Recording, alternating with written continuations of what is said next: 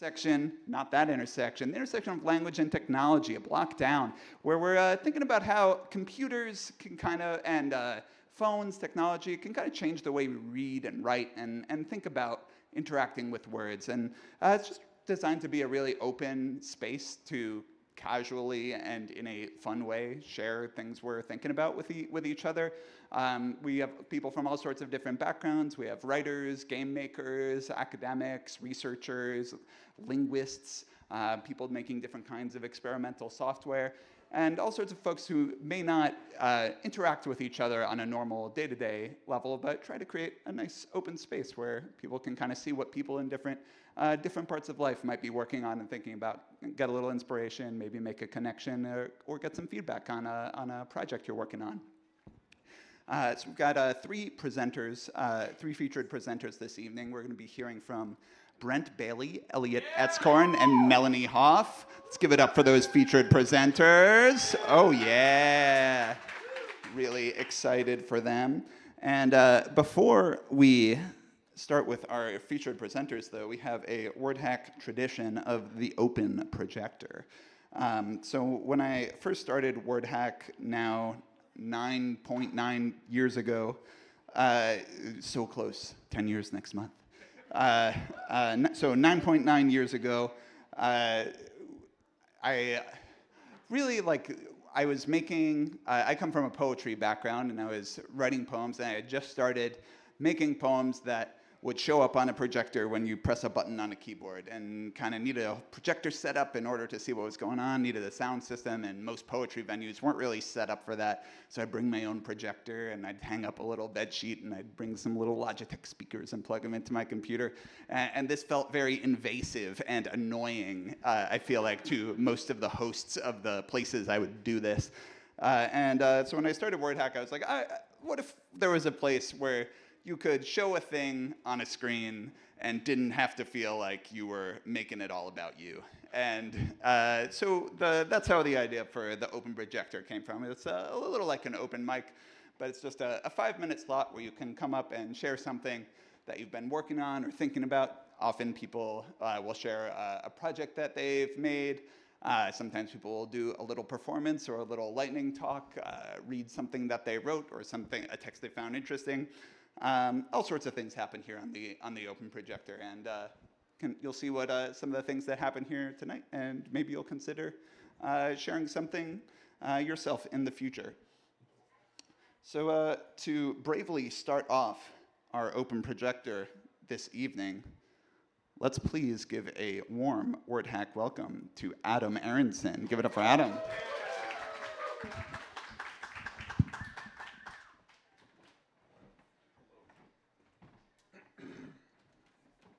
So hyped to fumble with the HDMI. Oh yeah, we're gonna be doing some fumbling. I got some dongle. Got the actual thing. Yeah. No, I have the actual HDMI. Oh, yeah. Just right in there. All right. Do you have sound? No, there's no sound. All right. I'm done with this.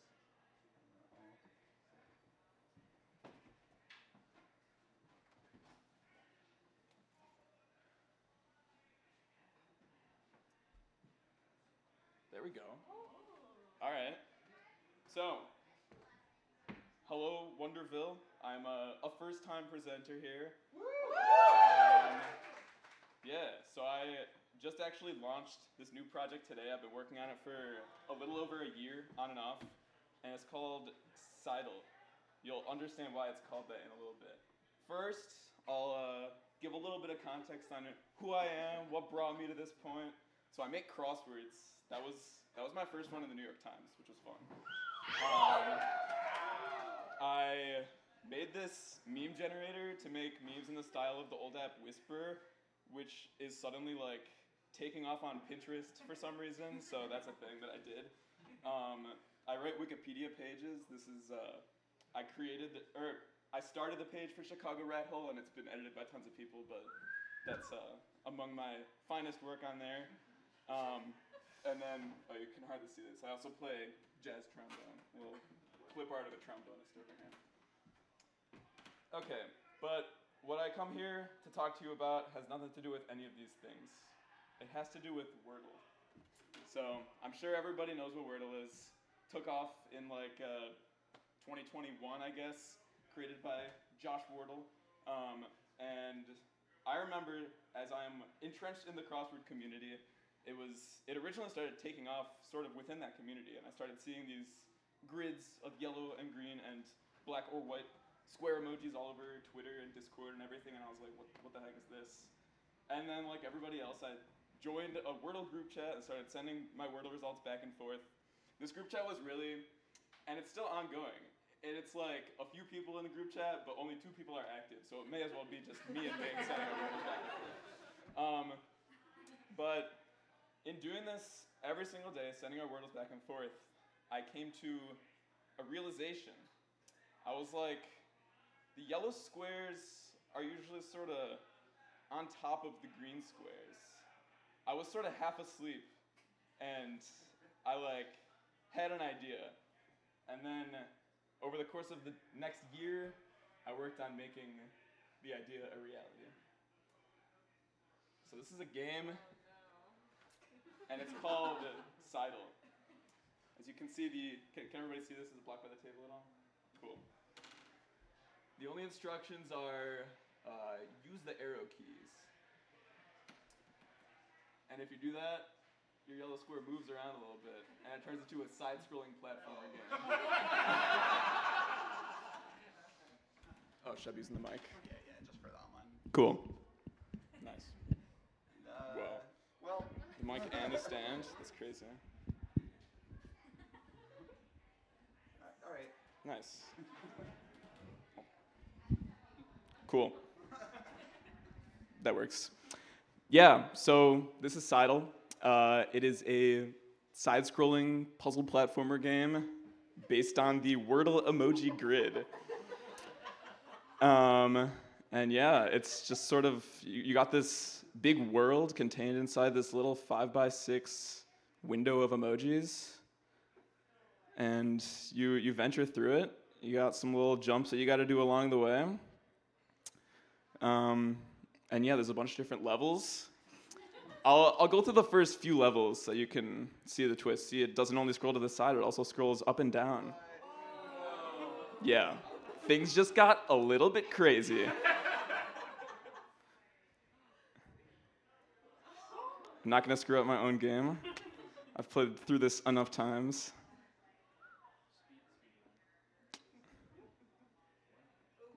Oh yeah. We got level 3. It's a little bit of a maze going on here. Which way do I go? I gotta pretend like I don't know which way to go. Is it that way?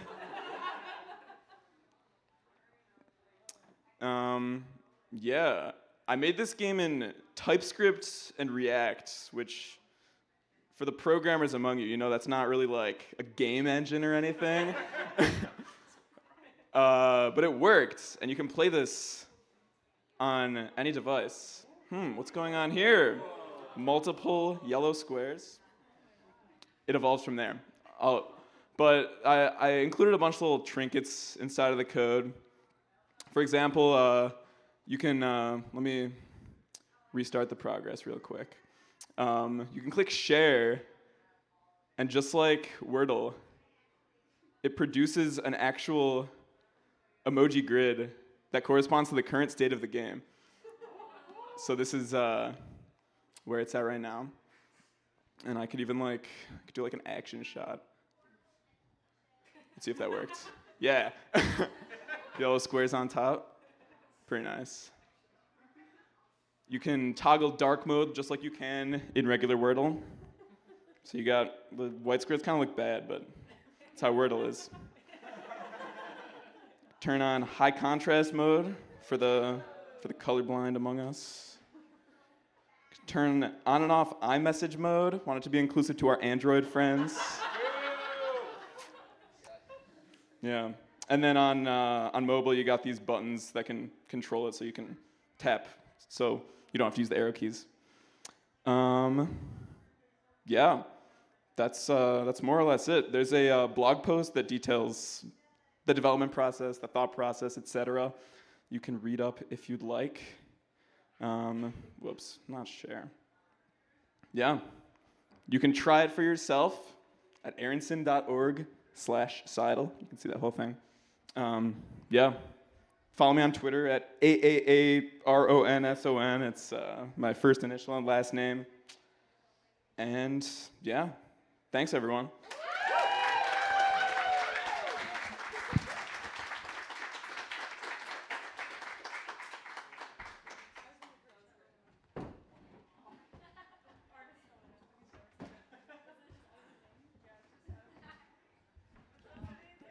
Thank you so much, Adam. Looks like a lot of fun.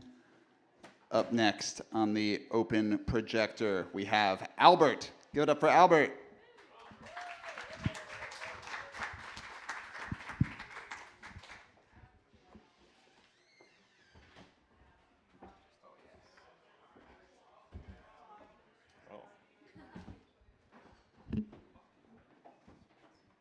Like the energy of this better. Yes.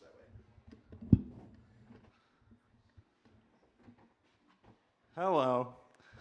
I'm Albert. I am a surrealist that writes about eating and hosts interactive potluck events. I'm just going to read something kind of short. I write a lot about candy because I think it's really nihilistic. Like it's always just writing a check it can't cash. And this is my assessment of Reese's Pieces' relationship to the divine. In the long wake of the cup, the pieces were born. They aspire to the ruffled crown, but their die has been cast. Pieces they were made, and pieces they will remain. Cup and pieces both were molded by the hand of H.B. Reese, who in 1928 draped the first chunk of peanut butter in Hershey chocolate in his Pennsylvania basement. Why, with cup in hand, he chose to fracture and reforge its peanut heart, we will never know. The results are as cruel as they are delicious. To be a Reese's piece is to be an island of meaning. The pieces are estranged from grace, imperfect reflections of the cup they aspire to be. Their bodies ensure their isolation. Candy shells, glossy and hard, both protect them and make unification impossible. Their shape, the oblate spheroid, cannot tessellate. Even if every coating was dissolved, their union would be a sad mockery of the Reese's cup. Paradoxically, Reese's Pieces exist in community. A single piece is not just lonely, it's senseless, purposeless. Only in combination do their colors take on the feeling and ambition of their species. Only when gathered together do they earn their identity, alluding to the cup. In what configuration do they come closest? From what angle do their hard-shelled bodies best resemble divinity? No matter how they try, no chimeric Frankenstein of pieces can touch paradise. They are cut off from the divine current, bereft of chocolate glory, sentenced to smallness and isolation. The curse of Reese's Pieces, as with us all, is to be derivative.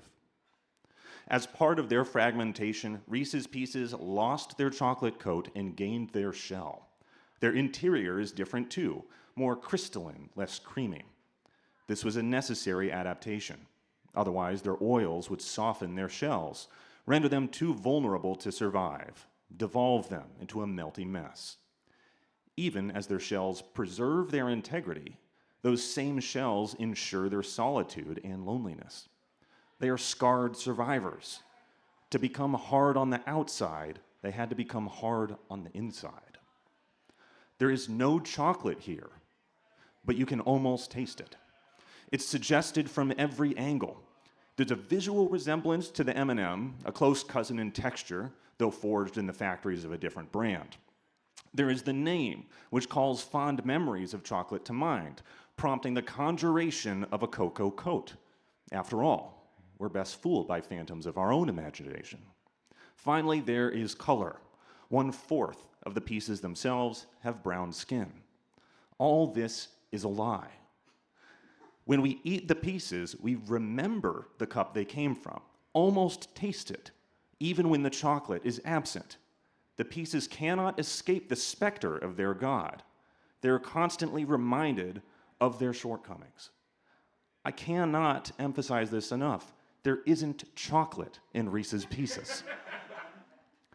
Despite their distance from the cup, they have a flavor all their own. A freshly opened bag greets you with a toasty and bracing scent. The pieces feel small in your hand, hardly half the size of an M&M. The smooth shell, cool between your fingers, snaps as you bite through it. A burst of sweetness swells in your mouth. Shell fragments stick around, grinding down with every chew until they're unnoticeable. The smoky satisfaction of roast peanut is ephemeral, gone by the time you fully notice it. Instead, sugar dominates. It almost burns, a parching sediment that accumulates and inflames the roof of your mouth, swelling the back of your throat, leaving a needy heat in its wake.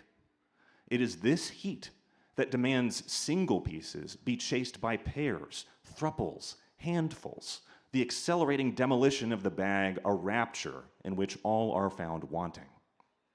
Only in their destruction do the aspirants reach deific transcendence. Together at last, their shells are shed as they are crushed into paste. All differences dissolve in a salivary baptism. Here is the final apotheosis of the pieces. Their angst resolved at last in a hungry maw. What they could not achieve in life, they come closest to in death. Chocolate or no, by the time you swallow them, a few pieces might as well be a Reese's.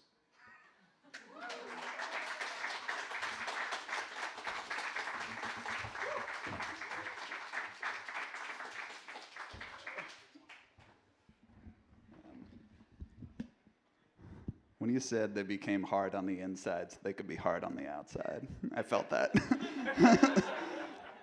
Thank you so much, Albert, for blessing the open projector with that Reese's Pieces content. Up next on the open projector, we have longtime WordHack supporter, first-time presenter, Jenny.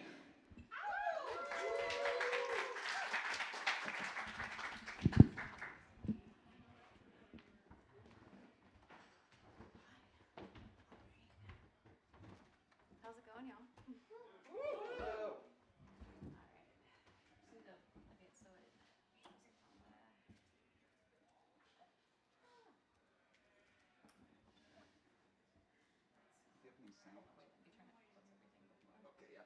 I understand this dance very well. So many browser tabs. Okay, here we go. So I just need to, oh, perfect. Hi, guys. Let me just plug it in right there. I was about to say, it's perfect. Oh. Is it working? Let's find out. Okay, hi all. I'm Jenny Zollner, and this is a piece that just a draft of a piece that I started making last week in a class, an interactive fiction course with Nat Mesnard, who I believe has been to WordHack many a number of times. Ooh, and it just closed out. There we go. And just wanted to share a little. We can't see it. You can't see it? That's an issue. What am I doing?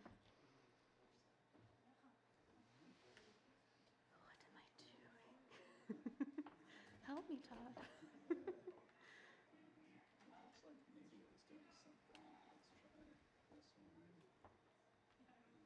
Well, while we're getting this set up, so the class it is with One Story, which is like a literary magazine and like a community hub for different classes. So if you are interested in taking a writing course, regardless of your level, check it out. They have really great courses, and this one with Nat is phenomenal. Is it working? Cool. Yeah.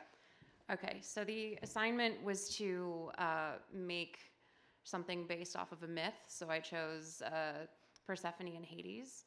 So it starts off, and you are inside a Victorian ballroom where the inhabitants and their surroundings are satin-bowed and beautiful. Perfumed secrets emanate behind fans of silk-fingered gloves, whispering like the wedding cake gowns of the partygoers. The far corner of the dance floor boasts a feast table filled with assorted meats, cakes, and beverages. As you fill your glass with wine, you notice two guests watching you from opposite sides of the dance floor, a woman in white and a woman in green. Who do you approach? Suggestions, please. Green? Good choice, good choice. You approach the woman in green. She is kind but with a nervous disposition. Her family comes from humble means with tenuous connections to the crown. Do you befriend the woman in green or the woman in white? Green. Yeah. You follow the woman in green to the wall farthest from the dance floor, where it's quiet enough to engage in conversation. As you're speaking, you hear a whisper from the corridor. A dark shadow looms from an open doorway. A sleeve emerges. The sharply nailed hand beckons. You turn to the woman in green. Where her head should be is a spiral staircase. The silk robe of her body slinks to the ground, and the stairs spiral upwards and then corkscrew through the floor. A light whispers on from the cavernous space below. Do you follow the hand or take the stairs? Stairs. Good, good, good. All good choices. The spiral staircase is a rose gold brass. Heat rises from the sleek banister, blushing your fingertips like the watery light that echoes from below. You step down and down and down and down and down. The final steps place you into a garden filled with flowers and pomegranates. Milk cascades from a stone fountain in the center. To your right is a small table with an empty chalice. The cocktail napkin is embroidered with the words, "Got milk?" On your left, a table with a cutting board. A pomegranate lies atop it next to a knife. Do you drink the milk or do you eat the fruit? Drink the milk. Okay. You approach the fountain and fill your glass. Atop the fountain is a stone woman holding a shell-shaped bowl. Do you pour some into her bowl, leave the ring from your finger, or down the whole glass? Listen, I know the game's called Cache Grab. I know it's called Cache Grab, but that was pretty greedy of you. You gotta ask questions, savor the experience, or at the very least, pay your tolls. Are we gonna savor? Are we gonna pay? Savor? Also, who chugs mystery milk? Thanks for playing, but you've been poisoned. Sorry, babe. All right. And there are many other variations, but that will be a mystery for now. Thank you all.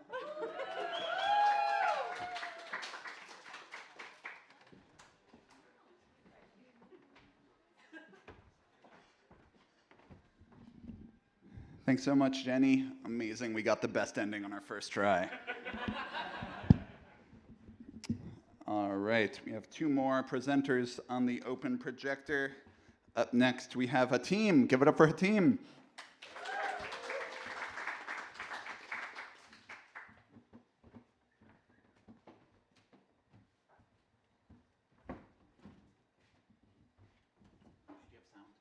No.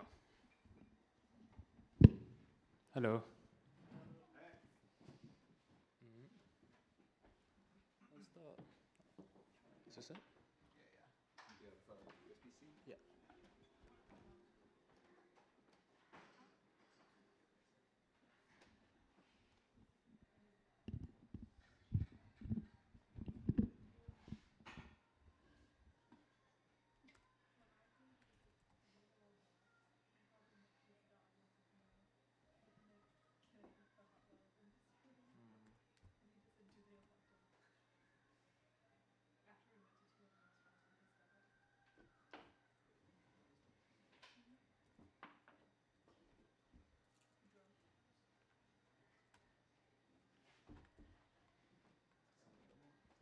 Yeah, it's not.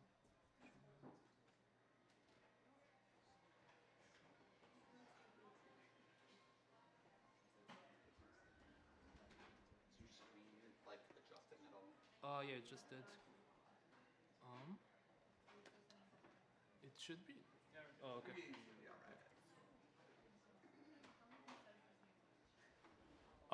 Hello everyone. I'm Hatim. This is my first time presenting here.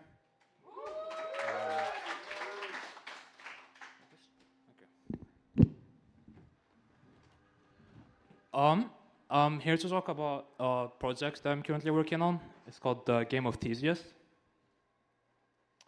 A little bit about me. I'm Hatim. I'm a game developer. I'm from Morocco. I also make comics. these are some of the games I've been working on. And I've been working on the game of Theseus. If you're not familiar, Theseus is this character from Greek mythology that goes to this labyrinth and fights the Minotaur.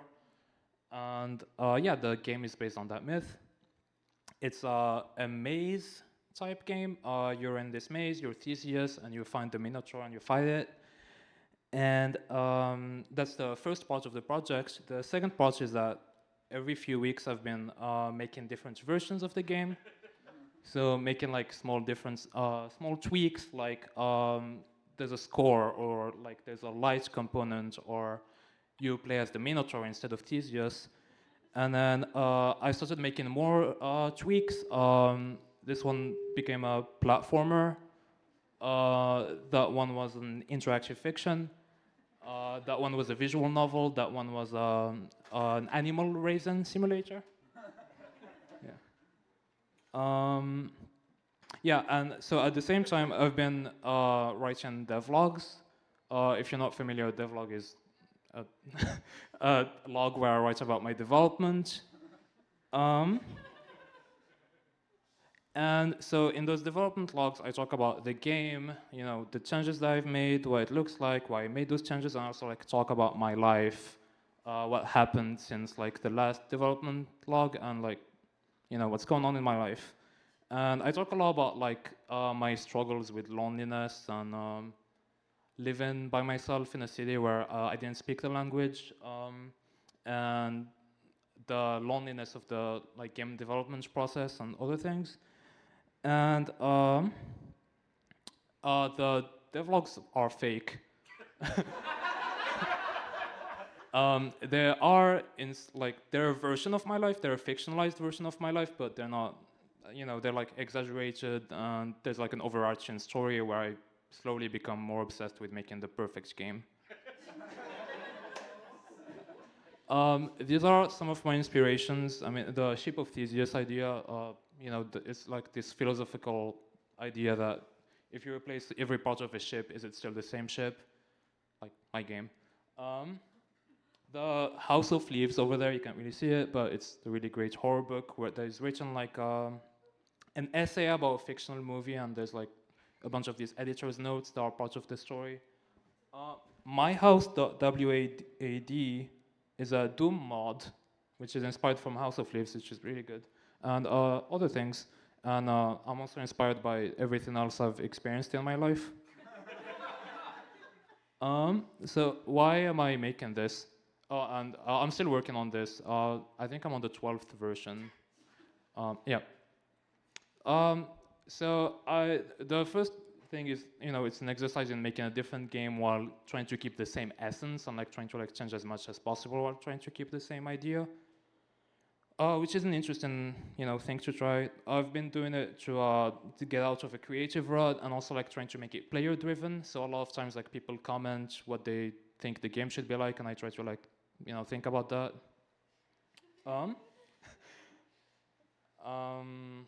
Yeah, and I also wanted to like try this thing where it was more about the process than you know, the product itself, and have fun with it, and like not really have like a really big plan for the whole thing.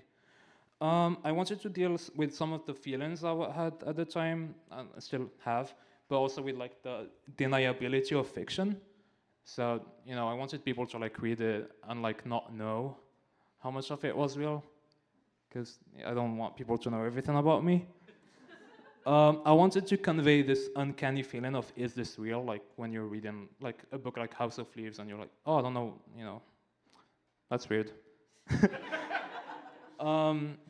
I also wanted to convey this like uncomfortable, perverse feeling of like, I shouldn't be reading this. Like when you stumble upon someone's diary, or like, you know, it's like a really fun feeling of like, oh, I shouldn't be reading this, but it's really fun, and I'm learning so much about this person that I shouldn't know. And I guess in that way, I wanted to indulge in exhibitionism. I think every artist does that to some extent, and I wanted to like take it to an extreme. Yeah, that's this is me. That's my website. That's a QR code to the game. This is me on social media. Yeah, thank you.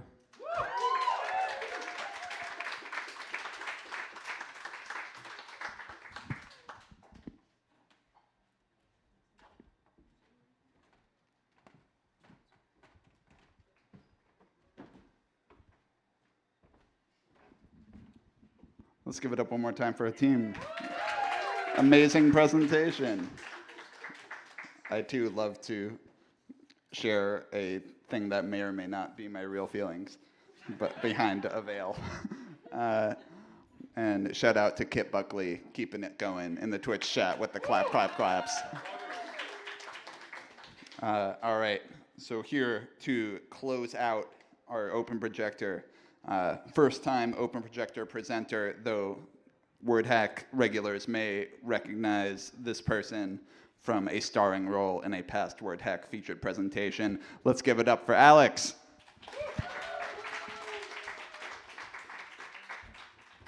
Hello.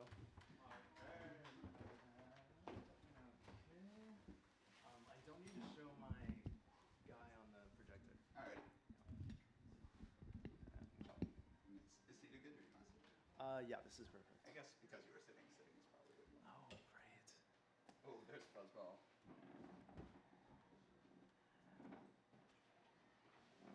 Okay, wait, let me grab a thing that I left.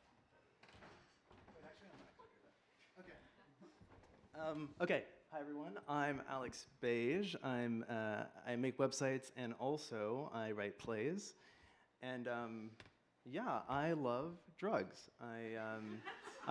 Not conceptually, but every single individual drug. And today I'm gonna share a found poem that I'm gonna perform it. And I found it on this dark web forum, and I'm gonna give a little context first. So this post was made in December of last year by the admin of what is currently the largest dark web market. And I came across it and I was just like, wow, this is just so romantic. It's like poetic. And it doesn't exactly capture my like personal opinions, but some of it resonated with me. And yeah, so many people turn to illicit substances because of the healthcare system failing them, and not as an alternative to sobriety, but more so as a necessity. So this prose poem is a little spooky, but it's also very cool.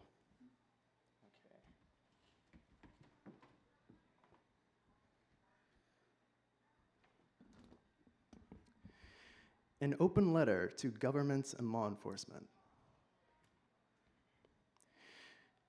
We have not created this issue. We have not created the market around archetype. The drug market has evolved and exploded over the past decades. We are not the reason humans crave drugs more than ever. Again, we have not created this market.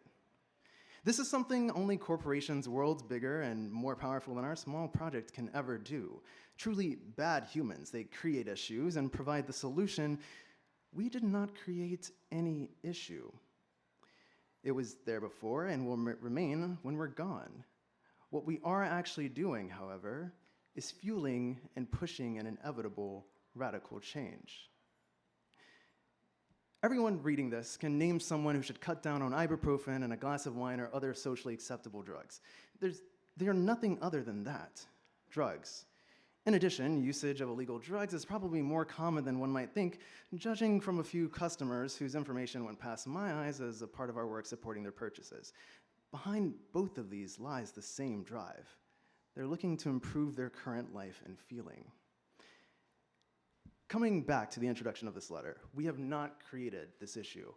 In fact, I think we are as much resisting the pointless solution by the government using tremendous resources to hunt dealers and operators of services like ours in order to push said government into a new, proper solution. Rival gangs literally taking out lives that mean nothing to them, robbery and attacks on in-person transactions, and no way to have a visible reputation tied to a vendor that is closely being watched by an independent staff team to reduce harm caused by substances as good as possible. Believe it or not, the only gang clashes we have here are kindergarten discussions about reviews. We also don't want something stolen from someone, which is why we're mainly about drugs, and don't allow credit cards or other fraudulent goods here. While this all sounds great, we surely cannot ignore the fact that some person might have lost their life as a result of a trade on this platform, rather as a direct customer and user or by being a customer from a reseller of our platform's products in real life. I hope the number for this is close to 0, and I am truly sorry for every negative impact this site also has, but I am also confident that we saved more of them with this platform.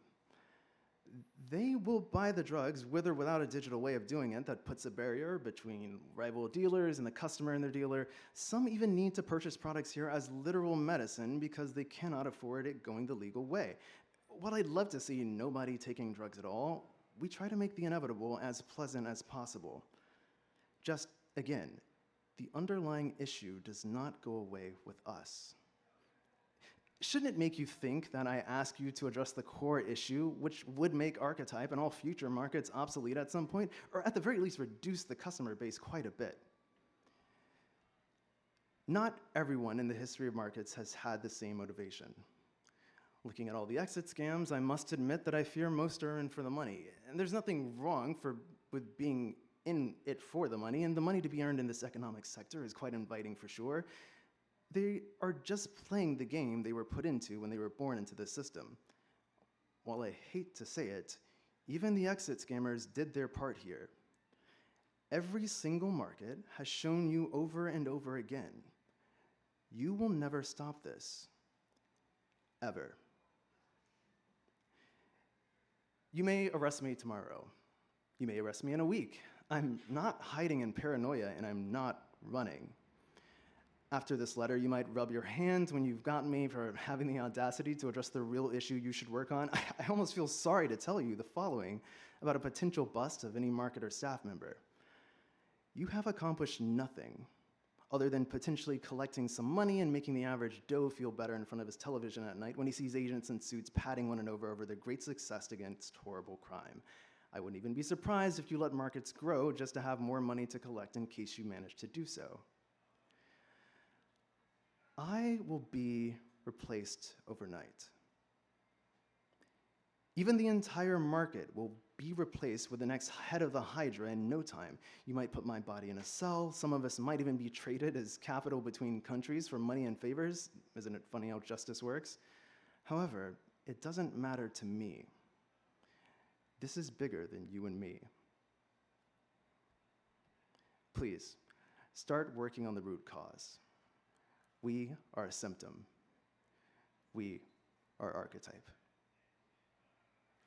This letter was approved, written, or read by other staff members of Archetype prior to publication. Their opinions, motivation, and beliefs may vary greatly. Okay, that's it.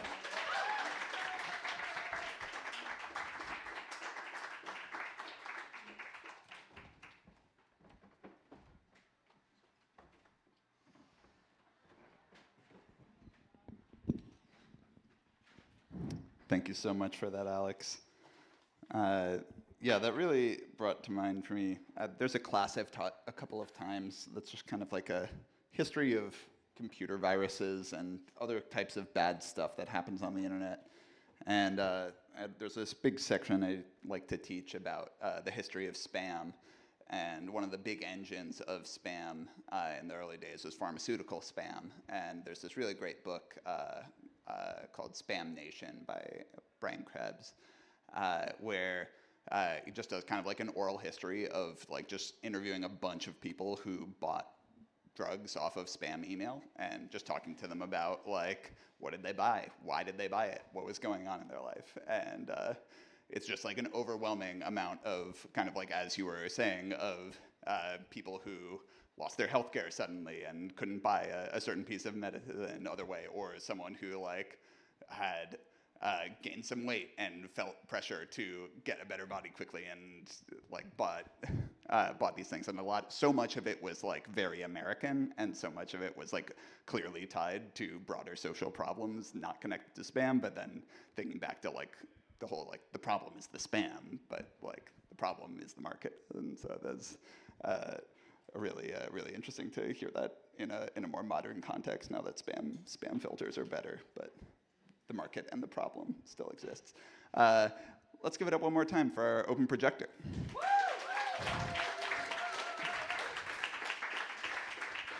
And welcome back to the WordHack chat, Fuzzball. Good to see you again. We are about ready for our first featured presenter, who is Brent Bailey. Give it up for Brent Bailey. Brent is a researcher, programmer, game developer, spreadsheet enthusiast. I first got to know Brent's work through a really exciting LARP that he worked on as part of experiments in network performance at SFPC, where he helped control different large groups of people in a room to inflate balloons and pop them on each other. Really excited to see what Brent has for us this evening. Please give it up for Brent Bailey.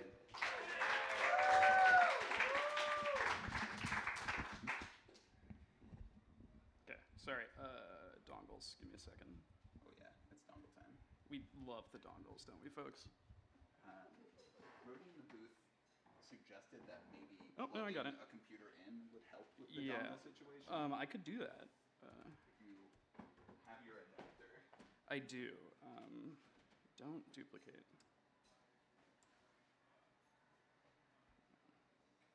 Oh, God.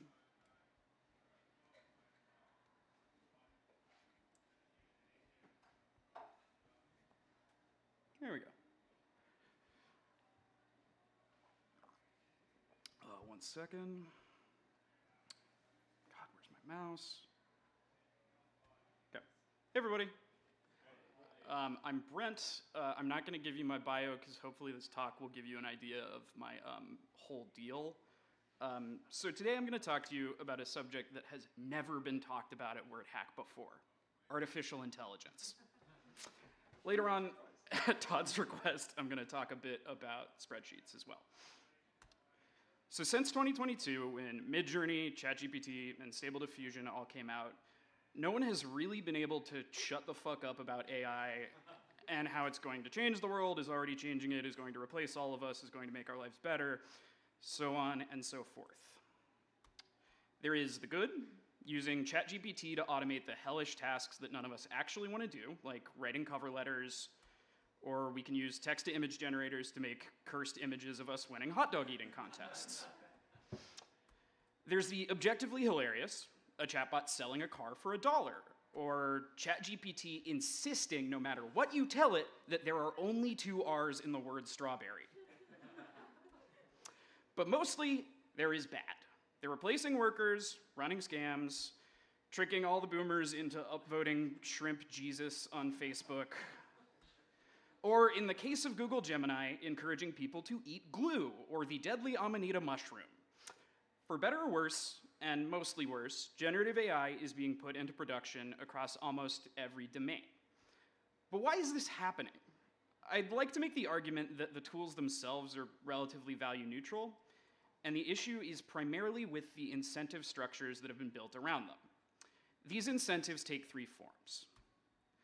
First, AI is, for the tech giants, finally the killer app for all the data they've spent the last decade and change hoovering up.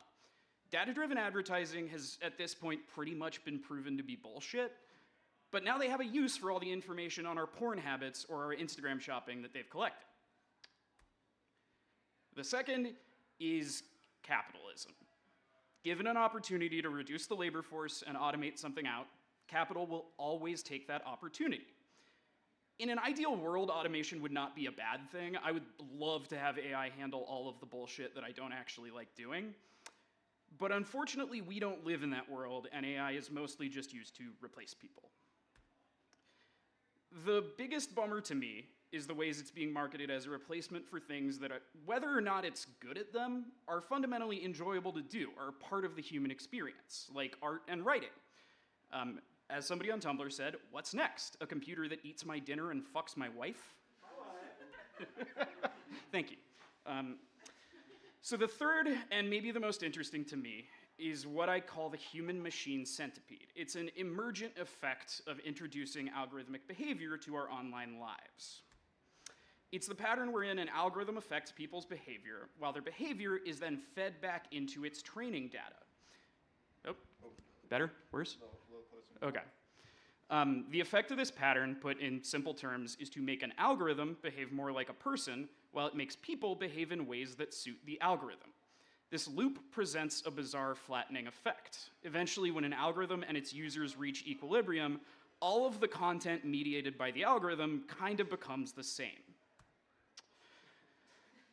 Put more simply, it is a recursive loop of garbage. We start out with some sort of data set, we feed it to the algorithm, it feeds garbage to us, we make even more garbagey garbage to please it, that becomes its new data set, and the cycle continues forever.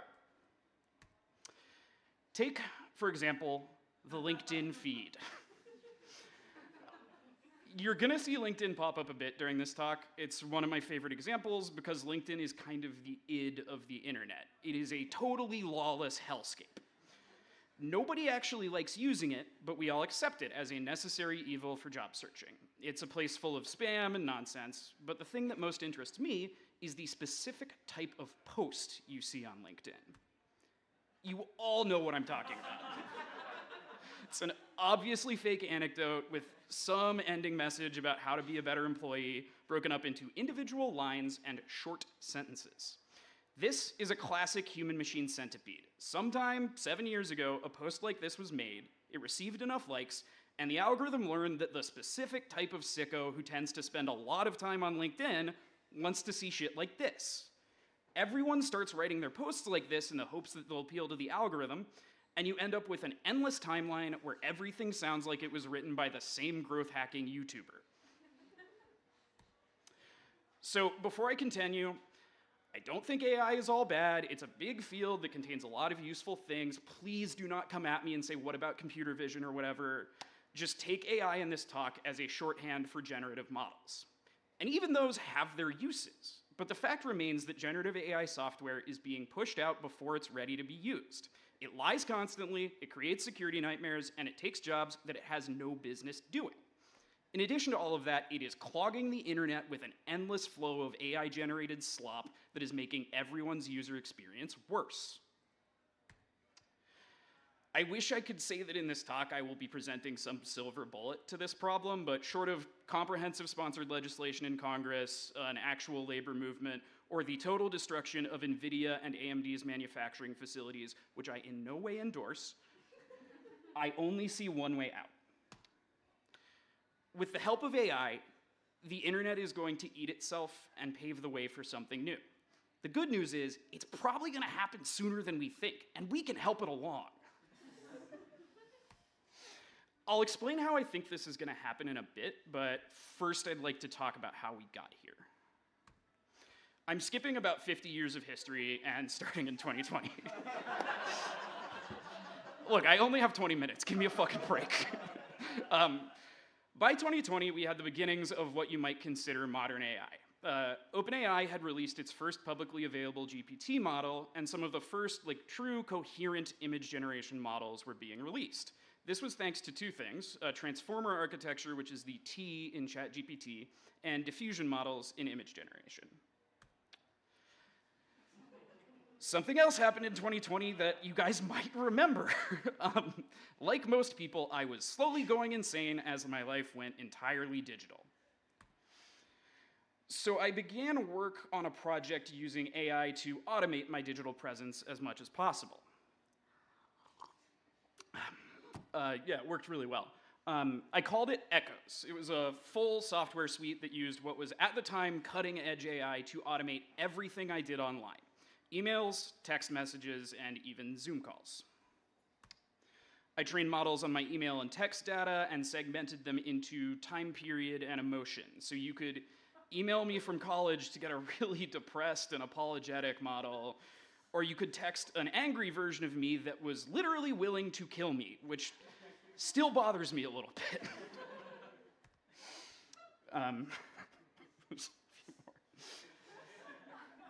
So, I lost my slide order, but you guys are enjoying it, so. This project wasn't necessarily successful in replacing me, but it did lead me to a few conclusions. I also had a voice model, but my audio is broken, so I'm not gonna show you guys it. I can share the documentation later. These tools weren't actually ready to replace anybody, but they became a lot more interesting because, and not in spite of, their jankiness. I came to the conclusion that fundamentally, the most interesting work done with AI is done outside of big companies and massive server farms. If you're working with machine learning, use it the wrong way. Break it, sabotage it, and most importantly, use your own data sets. The data was probably the most interesting part of this project. I had the opportunity to discover versions of myself from my own data that's been stored online for decades. They were versions of myself that I had forgotten existed, from the sorrowful to the desperate to the hopeful. If you want to put an authorial hand into ML training, the data set is where it happens. Curate it yourself, source it yourself, train the model yourself, and you get something that feels like just maybe you actually made it. And that leads to the first weak point I discovered for the human-machine centipede. Its data set. The data set a model is trained on is the main thing that affects its output. If we change that, we can change the model. Make it worse, make it better, make it do what we want. I really can't emphasize this enough. Even James Bettker, who's an OpenAI engineer, openly acknowledges this fact. The it in an AI model is the data set and nothing else. And since data sets are made from people at big enough scale, we can change them. So now let's cut to 2022. This is the start of the contemporary AI revolution. It's the release of ChatGPT, Stable Diffusion, and Midjourney. ChatGPT was a bigger, better language model that was the first widely used model trained on reinforcement learning with human feedback. It's the process by which a model repeatedly gets feedback from a human labeler so that its output is ostensibly better or safer. Stable Diffusion and Midjourney, the new text-to-image models, mostly came from one thing: datasets. The most notable maybe being Lion 5B, a dataset of 5.5 billion image text pairs that allowed for massive improvements in models like these. This is about the time I really started to develop my ideas about the human-machine centipede, as from their release, these things were starting to eat the internet. So I started thinking about ways to accelerate or sabotage this process. I became particularly interested in two phenomena: overfitting and mode collapse. Overfitting is a well-documented phenomenon in machine learning. It's widely considered to be undesirable. It's what occurs when your model can really only replicate its training data or something close to it. So, for example, you feed your model the Communist Manifesto, and all it can create is the Communist Manifesto. Not necessarily a bad outcome. Another problem that can arise specifically in GANs, or generative adversarial networks, is mode collapse. A GAN consists of a generator, which generates the image, and a discriminator, which tries to tell if the image is fake. But if you keep training your model after it's fooled the discriminator, it starts to pursue any pattern that works, whether or not that output is actually good to the human eye. This results in various AI-generated monstrosities like the anime babes above.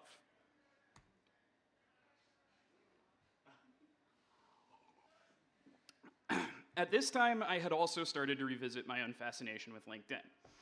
I decided to train text and image generation models on data I scraped from LinkedIn to see if I could create the ideal Meta or Google employee.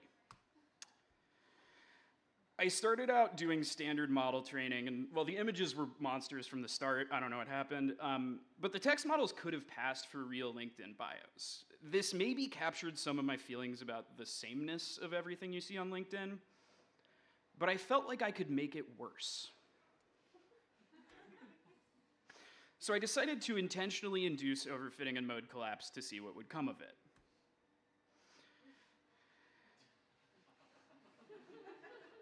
And this is where I felt like I started to get at the heart of something. My models started screaming into the void, crying to be seen as the proud employees they were. They made the subtext of LinkedIn text. And that, to me, is artificial intelligence working as intended. Once we interact with models and models interact with us, we all eventually even out to a position where we are overfit to one another, and all we can do is what we think the model wants us to. And that takes us to today. I've already gone over the AI-generated hellscape that we live in, but I would like to talk about a project I've been working on for the past year with the support of a Mozilla Creative Media Award, which is Wonderville. I'd also like to shout out my team members, Life, Ian, Henry, and Arnab. This project is a lot bigger than me. Cool video. Okay, so Dataville is a game where you assume the role of a data labeler working for a shady AI company in a not-so-distant future where alien refugees have begun migrating to Earth. In the game, you can choose to encourage or discourage the model's inherent biases, help aliens sabotage your company's models, and even unionize, a game mechanic I insisted on. All your actions affect the state of the in-game world. Ultimately, my hope is that the game leads players to recognize that the only way to prevent these systems from being used for ill is a combination of collective action and sabotage. Do as you're told, and we end up making AI better while everything else gets worse. But we do have the power to change its outcome. This is just a picture of the Pope that I thought was funny. So a little bit of explanation. Data labelers are maybe the most important people in the AI training pipeline, alongside maybe every single one of us whose data has been scraped without our consent. Labelers are subject to terrible labor practices, low pay, and all the endless humiliations associated with gig labor. And if AI continues to automate away jobs, we are going to see a lot more people entering this hot new industry. In the game, you specifically take the role of somebody working on RLHF, which is that process used to train ChatGPT where a human's in the loop rating the model's output. The interesting thing about RLHF is that it introduces a new attack point for the human-machine centipede. RLHF labelers have a unique power to determine what a model thinks is right or wrong, what its value system is, and thus what the end user ends up getting. At Todd's request, I'm going to do a little sidebar about game design here. Okay. For a very long time, people have been trying to develop frameworks for narrative game development that are easy to use for non-technical people. You've got languages like Ink, RenPy, Twine, Inform, tons more. All of these, in my estimation, tend to have the same problem, which is that for anything more complex than a linear story, they quickly become too complex for a non-programmer to use. You can kind of see it here. Ink is pretty simple to the programmers in the audience, but it still reads like code to a normal person. This becomes especially difficult when you want to do things like have a complex branching story route or elaborate state models that affect gameplay. And in Dataville, we have a ton of that. The most crucial thing here is that our narrative designer, Ian, who's in the audience, yeah, he's great, needed to be able to test out different types of state and different story routes, basically anything that changed how the game was experienced. And Ian is not a programmer, which there is no shame in. I want to be clear about that. But you know what most non-technical people know how to use? Spreadsheets. So I ended up putting every single changeable or interactive part of the game, script, state, and everything else, into a spreadsheet that the game parses and then slots into its UI. This picture contains every piece of the state and script for about a minute and a half of our game. It is an absolute behemoth, and if I were a better person, I would have used automatic highlighting or literally anything to make it easier for a human to read, but I think it proves a theory that I had. Spreadsheets just work if you need non-technical people doing things like playing with game state and scripting. It's a bit of lift, and you will probably end up with something that looks psychotic like this, but I still think it's the best solution I've come up with. So, next time you in the audience are making a game, instead of trying out the latest hot new low-code game engine, consider the noble spreadsheet. So when I proposed this talk to Todd a few months ago, I thought the game would be out and playable by now. The game designers in this audience may recognize my hubris. It is not out yet, but fingers crossed we're releasing it for free on itch next month. But before then, we are looking for playtesters. So there's a QR code and a link there if you're interested in playtesting the game. We did our best to make something that plays like an actual game and isn't just Hell Simulator, but I would love to hear your thoughts to the contrary. Okay, sidebar over, back to artificial intelligence. Let's talk about what comes next. I said at the beginning of this talk that the internet is going to destroy itself, but how is that going to happen? The pattern, as I see it, is the latest iteration of the human-machine feedback loop. It is the massive amounts of AI-generated content now available everywhere on the internet. The main issue here is data contamination. Whenever they train the newest version of ChatGPT or Stable Diffusion from this point on, the dataset is going to have AI-generated content in it. This is similar to attacking datasets, but I want to differentiate it since it's novel and you can do it at scale. Instead of manually producing bad data, posting about how Donald Trump exploded on a jet ski or whatever, we can automate that now. we can poison data sets at a much larger scale than with an individual action. And once that starts to happen, two things follow. Either things get really bad and weird when it comes to AI. When you're training image generators, for example, you quickly see image quality degrade and you see monsters like the ones I was creating 2 years ago. Or things get boring. Generative algorithms are frozen at some point in time when the last uncontaminated data set was made, or they use sanitized synthetic data to compensate. This, to me, is the dystopian outcome. Everything starts to conform to whatever the algorithm thought was normal in 2022. This effect is already kind of taking place. There's a reason that your LinkedIn or Instagram feeds are full of seemingly identical content. So a lot of people are trying to solve these problems. People want to make AI better, more reliable, people want to figure out better ways to train models, but I would like to suggest a different approach.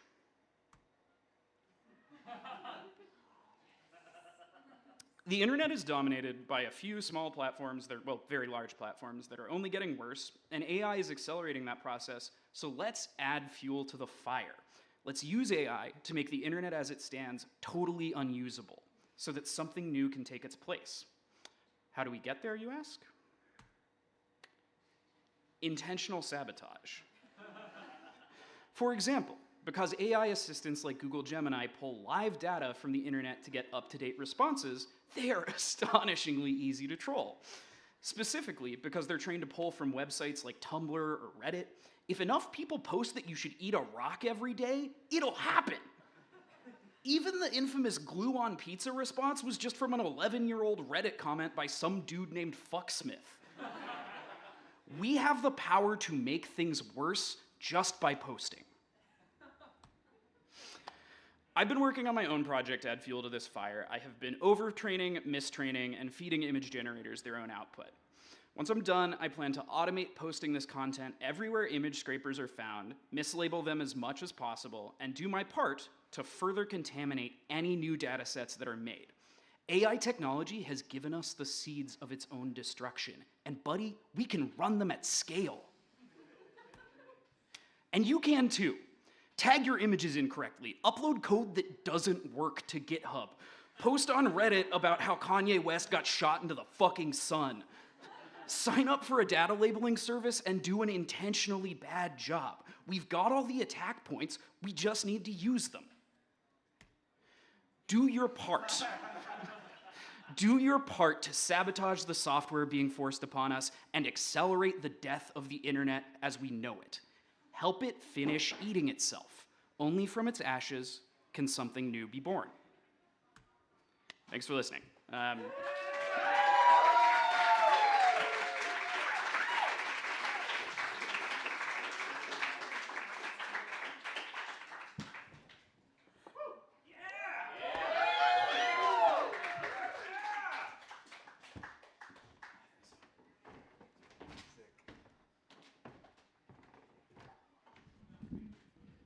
Wow.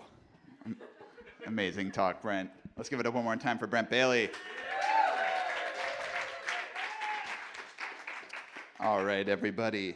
We have reached the famous WordHack mid-show break. We're going to take a 13-minute break. That's 1 and a 3, 13 minutes.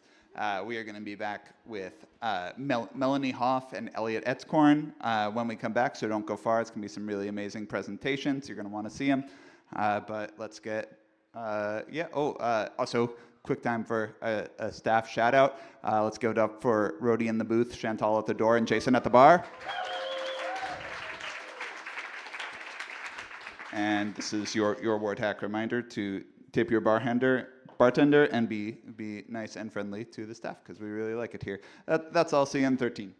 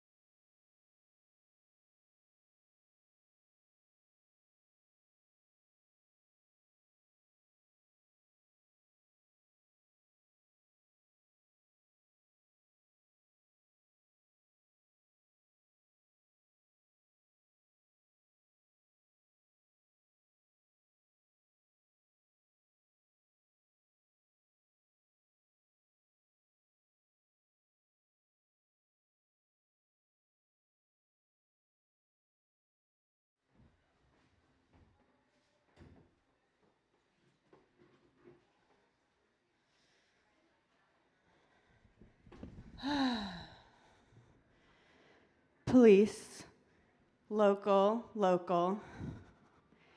Episodes, episodes, productive, blackness, war, war.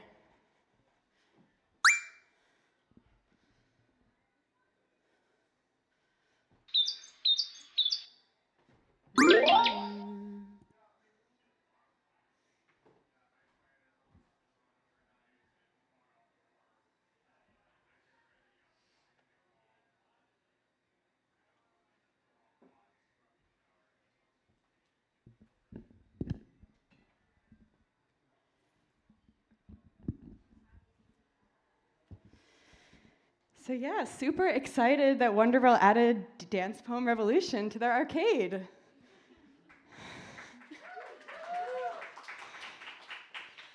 Dance Poem Revolution is a game about poetry and revolution.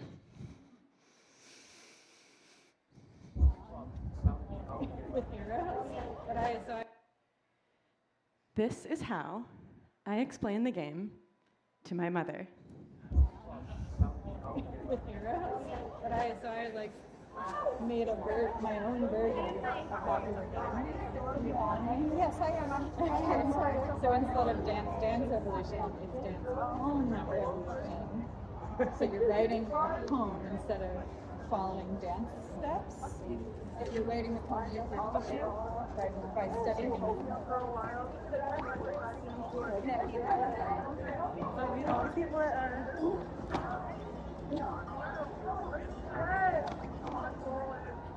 I do.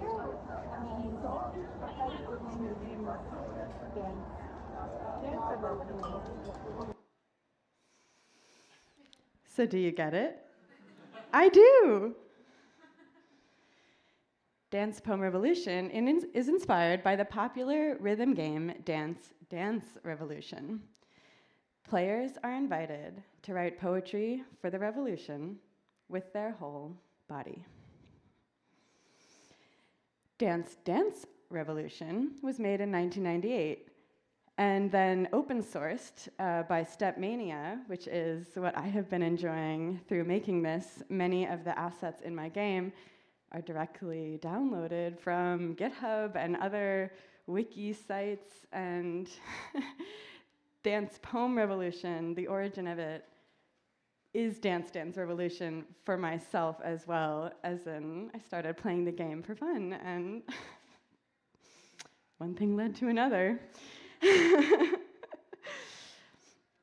So in Dance Revolution, in case anyone is unfamiliar, players stand on a dance platform, or stage,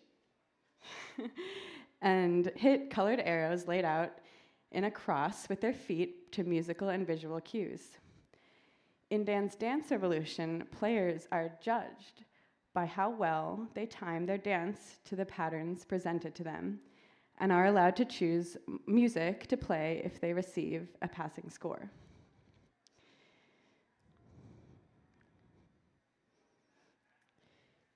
Dance Revolution is as fun to watch as it is to play.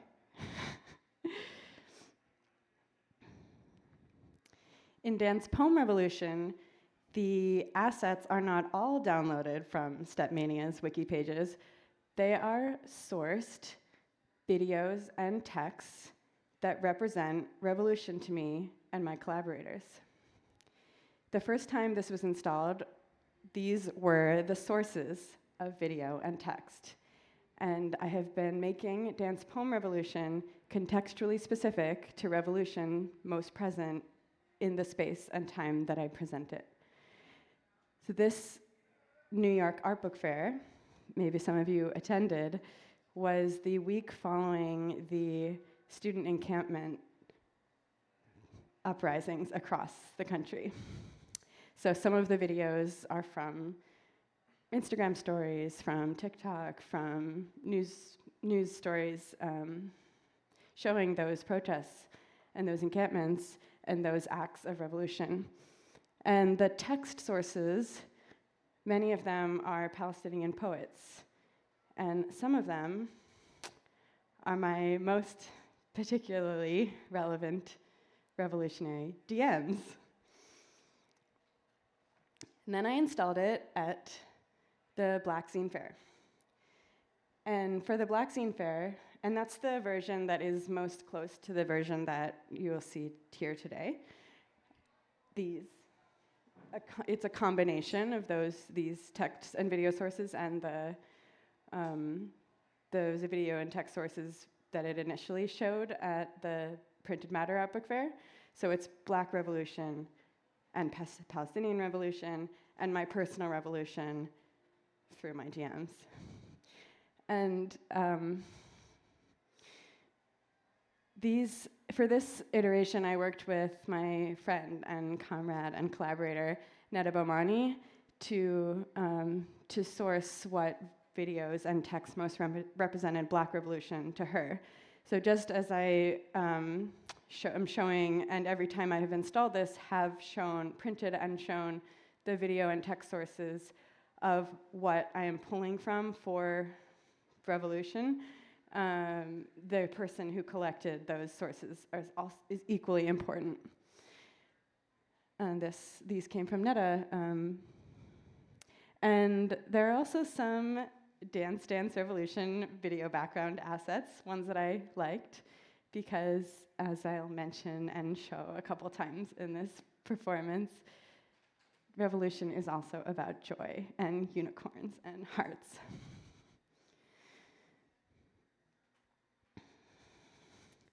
So I mentioned that the version that you're seeing today is a combination of both contextually specific revolutions plus DDR classical assets from Black Revolution and Palestinian Revolution and various other uprisings against police in Germany. Actually, there's some from May Day protests also that you might see. But what if I had made the version that you're seeing today contextually specific to right here and now at Wonderville? What does revolution mean to Wonderville? What does it mean to all of you? Like Tracy Chapman said, don't you know I'm talking about a revolution? The word revolution is known in French from the 13th century, and revolution, revolution, sorry, I was supposed to pronounce that in the French accent. I'm not kidding, it was in italics. The spelling is exactly the same, except a C instead of a T. Revolution is known in French from the 13th century, and revolution in English, late 14th century, and the etymology revolves around revolving celestial bodies, as in planets revolving around their own axis and around the sun. It also etymologically means to turn around, to go back. Revolution in most mainstream colloquial contexts usually refers to a fundamental change in power or organizational structure that takes place in a relatively short period of time. The term is often associated with political changes, but it can also be used in other contexts to describe significant shifts or transformation, both large and small. Even when celestial bodies revolve around the sun, as they are right now, as we stand on one right now, when they turn back, when they revolve and find themselves in the same position that they've been before on these other cycles of past revolutions, even then, they are not in exactly the same place. And they are definitely not in the same place and time. In this way, they spiral, ending up in slightly different places with each revolution, and now I'm speaking politically as well, a spiraling moving path, a verb.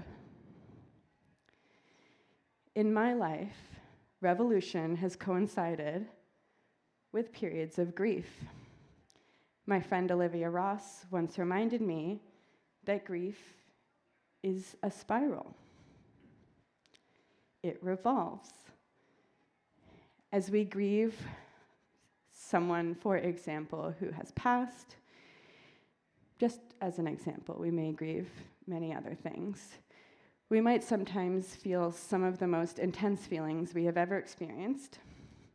At other times, the memory of that same event doesn't bring up as strong feelings. Maybe we call that healing, maybe not. We might feel like we can finally catch our breath in these moments, but then sometimes without warning, the intense feelings flare up again. And again, we feel like we're right back where we started. But just like the planets, we're not. And we are certainly not in the same time. Another important thing to remember is that when we feel these strong feelings, that doesn't mean we're back at the beginning. We've traveled a long way between those 2 points. We've learned a lot, grown a lot, perhaps. Perhaps we've changed. Perhaps things have changed around us. And this change may lead to a sense of hope. In revolution, there is always change. And in change, there is loss. Loss often brings grief. But in that active revolving, may we find the spiral. So I invite you to not have a fixed idea of revolution, just as revolution itself is unfixed. I offer revolution, both personally and politically, as a million acts of revolt spiraling, sometimes chaotically, sometimes towards revolution and liberation. I let myself be guided by the tension of the spiral. I refuse to leave myself behind. And as I mentioned earlier, revolution is very much also about joy.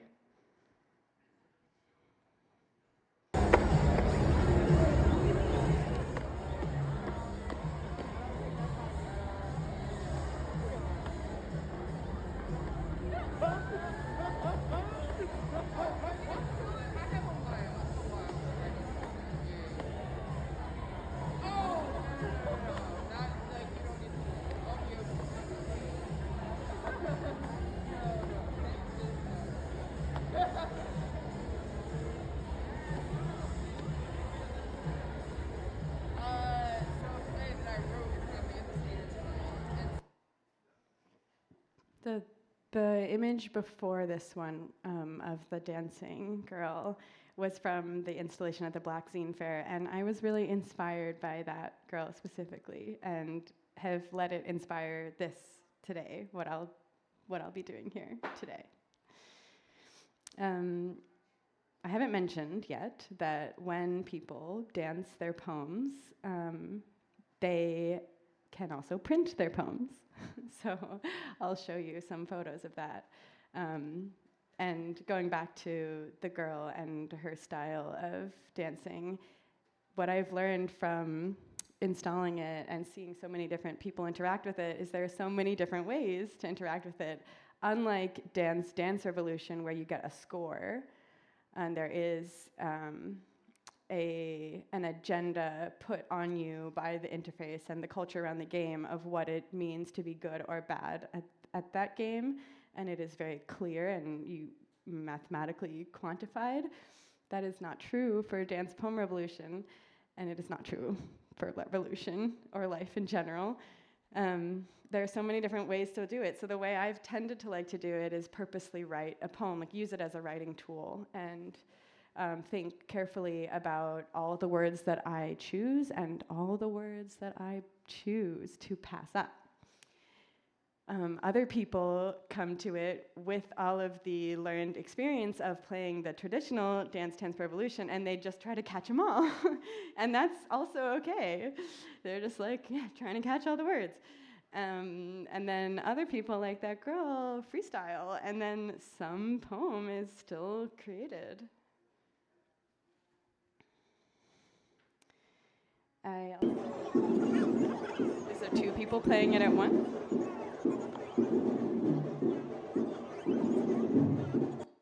So what does it mean to write a poem of revolution together? What does it mean?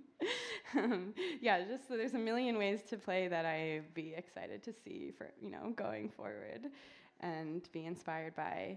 I want to shout out my collaborator Tyler Yin, who assisted with the first iteration of this game, so shout out to Tyler. Yeah. Todd also helped a bit. Shout out to Todd. This was a really wonderful moment because this is a performer, a movement artist, performance artist named Nick Kay, and they just happened across the installation at the New York Art Book Fair, and we'd never met in person, but I'd seen them perform before, and they, to me, they dance revolution with their whole body, and it was just so cool to see, they have no idea who I am, they don't know what this is, they just, walk up, and I just, it just was really a nice moment for me, and then they let me take a picture after, but I was like, you're the perfect person for me to see play this game, because, yeah, you are dancing revolution all on your own already, very explicitly. So yeah, lots of printouts. I don't have the printer here today, but it exists.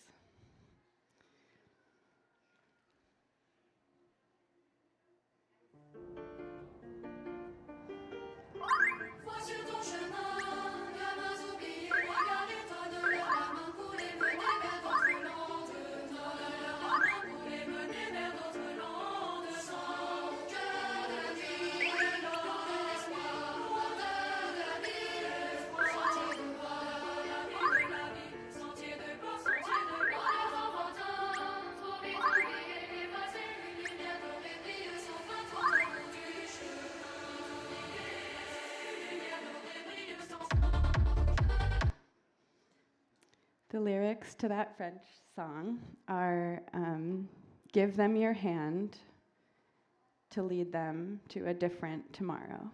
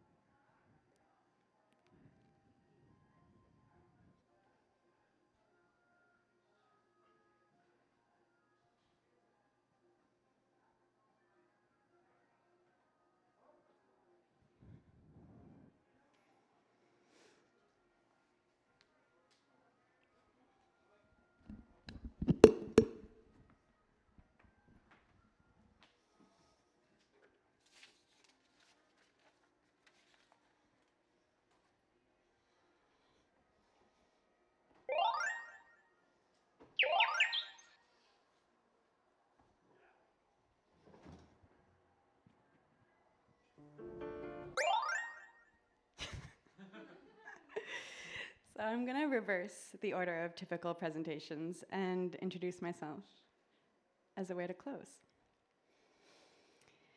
So this is me before revolution had entered my life in a significant way.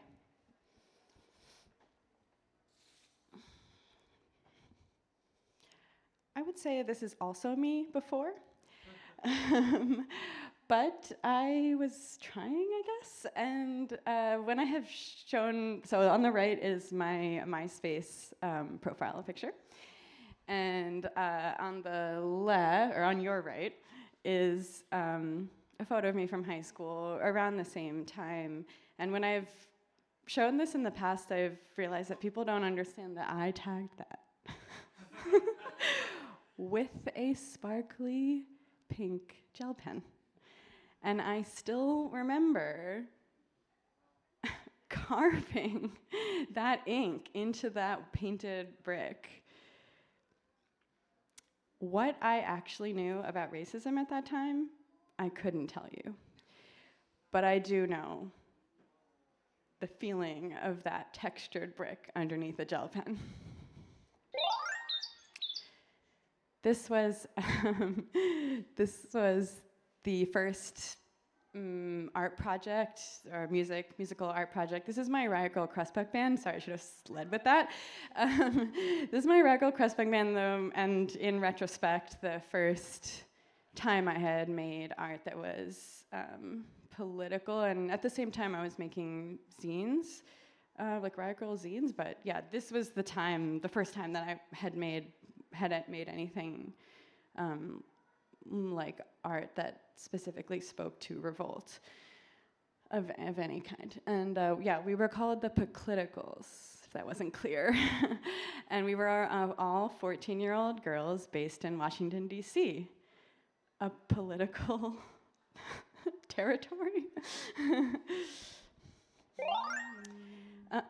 But you may not know me from the Pacliticals.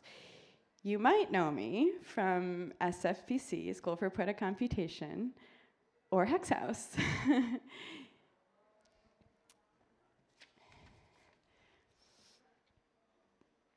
Two spaces and organizations for art and technology and community that have been a big part of running over the last 7 years. Through this collective work, I am constantly questioning, interrogating, and re-envisioning my understanding of what spaces of learning and making are, who they are for, and who has agency to define them. I believe code is not only a tool for capital production, and neither am I. I believe art is not only a tool for capital accumulation, and neither am I. If you're familiar at all with recent histories of either of these two orgs, you may know that revolutions in their leadership structures happened in both SFPC and Hex House in 2020 and 2021, respectively. These revolutions, however local and small in the scope of time and planetary space they may be, have been some of the central revolutions of my life. I am forever changed, and am still changing from the winding paths of their spirals. Or you may know me from performance art.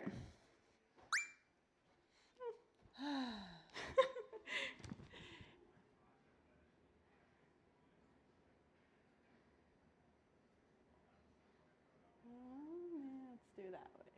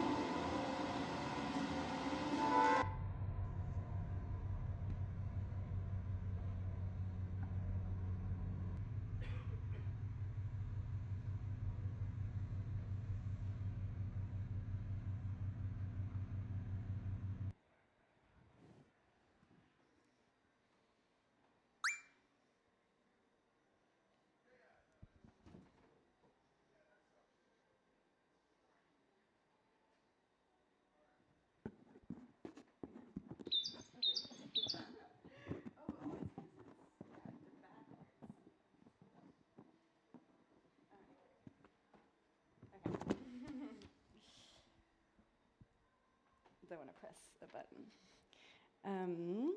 Or you may know me from installation, like Dance Poem Revolution or Garlic Trust. Through all the mediums, I'm into affirming and expanding the ways people are already adept at understanding and programming their environments. Maybe you know me from teaching. Something I've been doing for a while now. Maybe 8 or 9 years. When learning, there's always a level in which we are learning something else when learning, there is always a level in which we are practicing the thing that we are learning. When we are learning about physics, we are feeling the effects of the physical laws of gravity on our bodies as we are learning equations. When we are learning how cells reproduce, it is happening inside of us.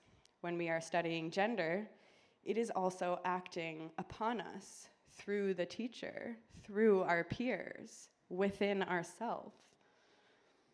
Sometimes it can be helpful to psychologically separate how what we are learning acts on us and within us. Traditional school is very good at this. But in Dance Poem Revolution, I like to move through reflections on revolution while moving my body and feeling the ways revolution acts on it, enlists it. How my body and the bodies of others is what is at stake in revolution.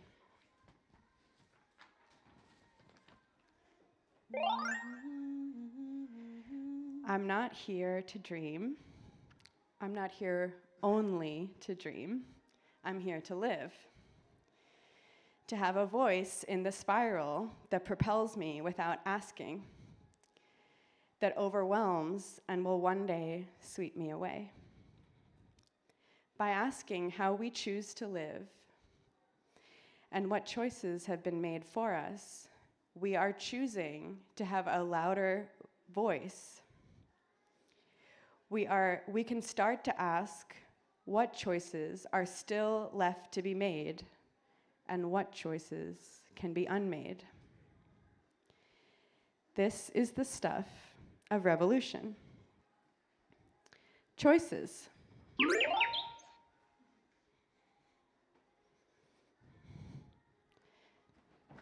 Left. Right. Up. Down.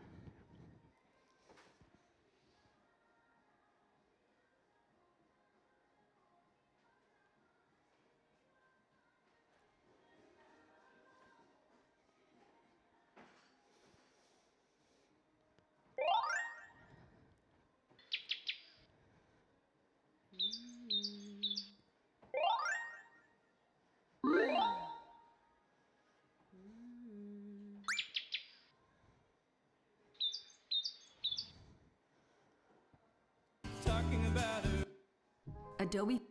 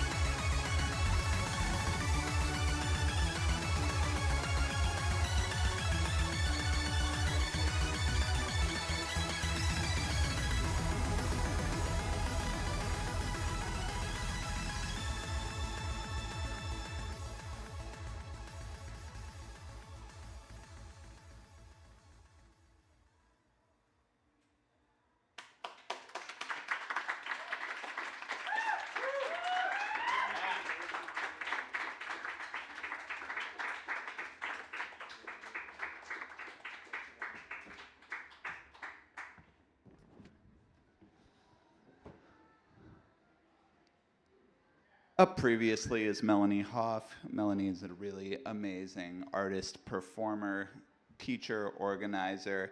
Yeah, one of my favorite thinkers about technology and the arts, and in particular, I'm always really inspired by the way Melanie opens doors and brings new people into technology, and I'm particularly inspired by Melanie's philosophy of always already programming, just that the binary between using a computer, manipulating software, moving things around on your computer, and doing that through a graphical interface versus doing that with code are not such different things, and we shouldn't think that they are such different kinds of people that do them in that different way. Let's give it up one more time for Melanie Hoff.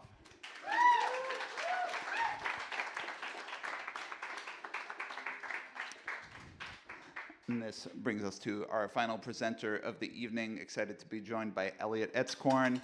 Elliot is a programmer, writer, artist, creator of experimental social networks. Most recently, Elliot is the creator of T4T, a text-based social network for mobile that is just a text network by trans people for trans people.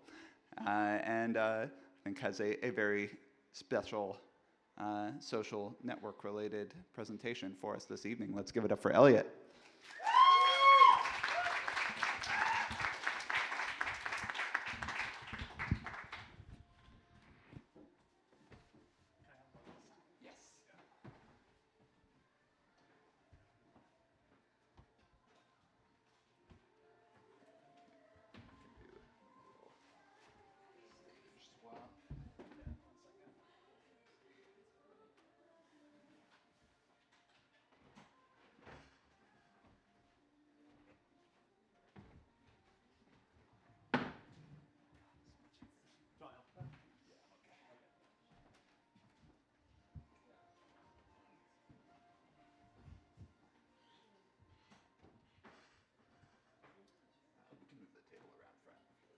I'm fine with this. Yeah, this setup is okay. I need to plug in the audio for sure. And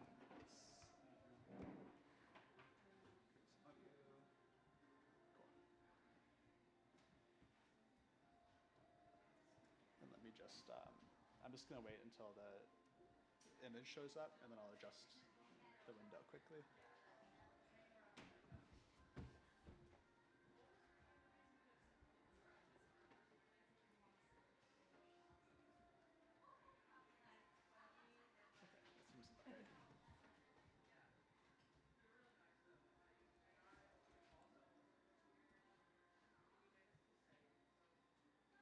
Okay, here's where we're starting.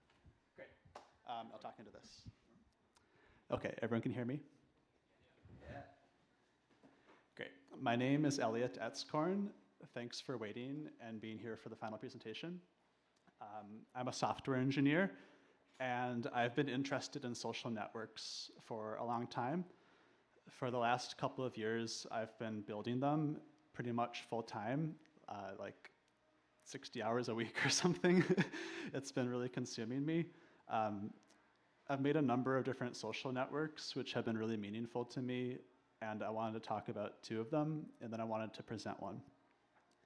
So the first social network that I wanted to talk about is called Dwelling. Dwelling was a social network that existed for about 12 months. It was a social network that I built for the rooms in your house. And the way that it worked is that it was a fully featured network. You could friend people, you could follow people, you can message people. But the only way that you could communicate with people via updates is by changing rooms in your house. So if you changed your living room or your bathroom or your bedroom, everyone who you followed or who followed you would get notified, Elliot just changed his bathroom. And it was a really cute push notification. I don't want to provide images of it, but what I am providing for these previous social networks is just a QR code, because I do have archival, like an archive of the network. So if you want to look at it, you can. No pressure, of course, but you can. I thought it'd be nice if you could just sort of click around with your thumbs while I was talking, and you don't have to pay attention to me closely if you don't want to. So yeah, if you're on the website, what you're seeing is just a series of images of people's rooms. The spirit of this network really was like twofold. One of the points of this network was that I felt like I had a natural desire to look into people's homes, and I felt like this was something that manifested itself when I was walking home from the train. I would look into people's homes, and I'd feel a bit guilty about it, or I'd be like at a party, and I'd look out the window, and I'd look into the other apartment across the street, and this sort of thing. And I kind of felt like there was something there that not only applied to me, but applied to everyone else as well. And I felt like there was a sort of voyeurism to looking in homes that we had like a guilt about, but I felt like we shouldn't. Of course, like there's like an aspect to the guilt which makes sense, which has to do with consent, and people don't want you to look into their homes. So the idea was, what if you just volunteered up pictures of your homes and people could look at your home if you wanted to? That was the first point. The second point really was that I kind of had this impulse that was two-part. One part was that I liked the fact that homes update really infrequently. And the other part is that I felt like when they did update, they exposed really intimate things about you that were actually more intimate than normal photos you'd post or put on Instagram, for example. So I kind of felt like there was a solution here to make an app which was not exhausting and which would only give you really infrequent updates. So that's Dwelling. It lived for about a year. It developed like a really devoted following, but not that many people ever really used it. But it was fun to make, and it was also the most fully realized vision I'd ever like brought into the world in terms of it being like a real app in the world that was being used. Really, the main consequence of that network is that it introduced me to a lot of people who I know now, who are personal friends, including people who are in this room. So yeah, it served a very like intimate point in my own life. That's the first network I want to talk about. The second network, which was a part of the introduction, is T4T. T4T is something that I've been developing for only 6 months. It's still really like a baby in the world, but the 6 months have been really powerful. It's grown quite rapidly. In 6 months, it has over 4,000 users who have sent like 250,000 messages. It's kind of crazy, actually. And I'll do it on the next slide again for the QR code. In this case, this is going to take you to an actual app. Dwelling, I'm jumping around now, but Dwelling I actually put to sleep, so to say. It was taking a lot of my time, and not that many people were using it. So I was like, just needed to free up some brain. So I put Dwelling to sleep, and then T4T has been really my main focus for the last 6 months or so. Yeah, so like why T4T? What am I doing? I have been really interested in the fact that like when I was working on Dwelling, I would tell people that I was working on Dwelling, and I'd get like a very automatic, like non-complicated response to that. When I've told people I've been working on T4T, it's been a very complicated response, I'd say, in general. I think people have been like really I've kind of like seen it in people's eyes, or they're like, why are you working on that? So I mean, I kind of get why people would think that, and there's maybe this question of like, why would someone who's like cis work on an app for trans people, and is that right? And I would just say that like one of the really interesting things about working on this app and putting it into the world is that it's like enabled me to like answer that question really frequently, really often, and like have these really like probing questions about my deep inner world asked of me like frequently. And yeah, I would just say that like I've had pretty much like a lifelong interest in gender, in my own gender and in other people's gender, in the way that has changed over time and in different periods of my life and in different relationships with people and different circumstances. And I kind of have this sense that the move that we're like, the moment, I guess, in the push for transgender rights, like many like pushes for social movements before it, is like about a really like sweeping liberation. And a part of that, I think, is just like an acceptance of gender expression across the board. I think that a lot of people probably have like feelings about their gender, and one of the missions of this project is to kind of like keep up with the discourse as it evolves, and also just like welcome more and more people onto this app, and really just encourage like an environment of gender questioning and gender communication, and for people who do feel very strongly in some way, like solidarity and a sense of community. So I'll just say that like anecdotally, since this has been out, I've like received the wildest like affirming messages from people. people have like fallen in love on this app. People have like met their long-term, like 6 months, but like, yeah. And yeah, just like, there's a really wide age range. I think all 50 states are represented, and under some of the seats are business cards, which are like little posters, I guess, for the app. So if you want to now or later fish around, there are like pieces of QR codes that you can put around the world if you want, or if you know anyone who might be interested in this app, you can share it. So that's T for T, which has been a really big part of my life, and I think will be a big part of my life for a long time now, is my sense. And that brings me to the point of the presentation, which is just that in general, I've been like interested in social networks, and I've been iterating on social networks. I've been like building them for different communities, different people, and in different ways with like kind of a, like always keeping in mind why I'm doing it and like what emotion I'm trying to evoke when I do it. And I've kind of had this like fixation lately on making really tiny social networks, and I've been really interested in how small they can get. And I think that this is going to be, there's lots of ways this is going to like manifest in the world in the next year, but like one of them is this talk tonight. So I kind of had this idea that like, wouldn't it be cool if I built an entire social network for a talk? And I mean like a real social network. So there's a database, there's like an authentication server. It could scale to 1 million users. There's like load balancers. There's like a, you know, an image resizing server. It's like the real thing. And part of the point was that I wanted to challenge myself, I guess in an artistic practice way, to like, to go there and then present it in as small way as it could be presented. So this social network will exist for only the next 10 minutes or so.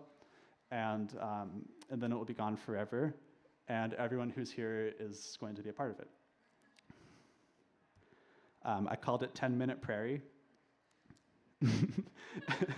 And yeah, I'm going to switch to the browser now, and then invite everyone to join it. Before I do that, I'll just say a few more things about it. One thing is that unfortunately, I think there are people on the stream, I might be looking at you if I look up. I'm sorry, but you can't participate in this. I really kind of engineered it just for the people in the room. I'm sorry about that. But if you could refrain from joining it, it would make it less complicated to run in this 10-minute period. Thank you. The other thing I want to say is just that I made this in the last week, mostly in the last 3 days. And you know, every part of this is fresh, and every part of it is made by me. It includes a musical score that I composed and recorded. And yeah, is there anything else I want to say? I think it's pretty self-explanatory once you're on it on your phone. I think once the experience actually starts, I'd like to not say anything, and I'll just let it run.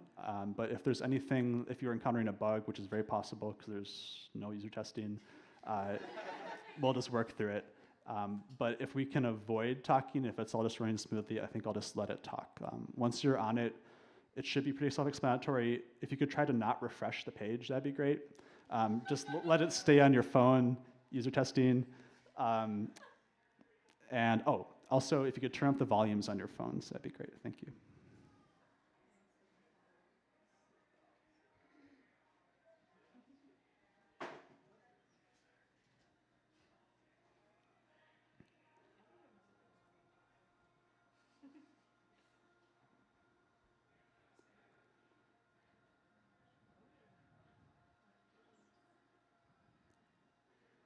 You'll see a word on the page that's going odd, even, odd, even, odd, even. That's a count of all the people who are joining and whether there's an odd or even number. If there's an odd number, then I get to join. If it's even, then we just let it run without me joining, because then I'll make it even when I join.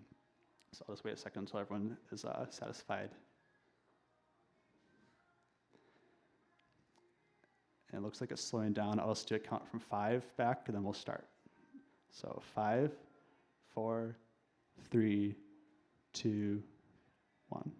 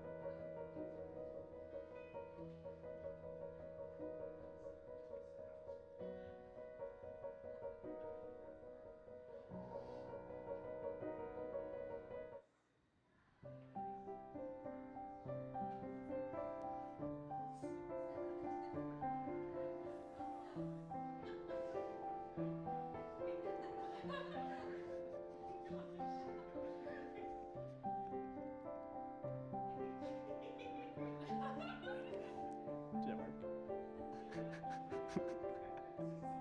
Okay, all of you should have matched with someone in the room. This is the end of the talk. I just want to say that I really hope that you do actually try to find this person and talk with them. And I'd love to hear where that all goes one day. I think, Todd, do you want to say some closing remarks? And then that's it for me.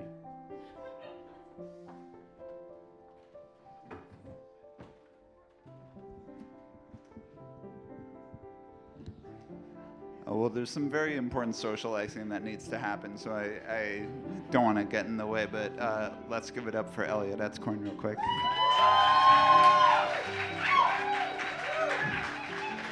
And one more time for all of our featured presenters this evening, Brent Bailey and Melanie Hoff. And this has been WordHack. We're here the third Thursday of every month. Come join us again. Oh, I'm Todd Anderson, by the way. Nice to see you.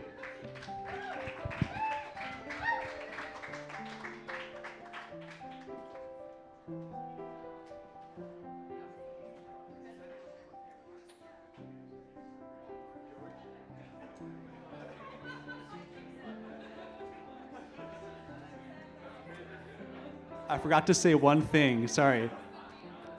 This link will live forever. So if you bookmark the link that you ended up on, you'll have it forever. I just wanted to say that. Everything else is gone, but that will stay.